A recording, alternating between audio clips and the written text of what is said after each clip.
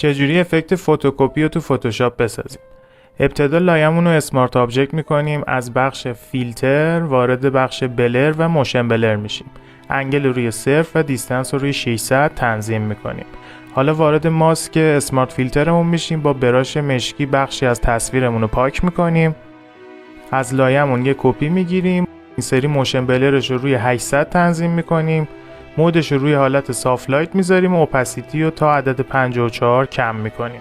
خب دو تا لایه رو انتخاب میکنیم و اسمارت آبجکتش میکنیم. مجدد وارد فیلتر، اما این سری وارد فیلتر گالری میشیم.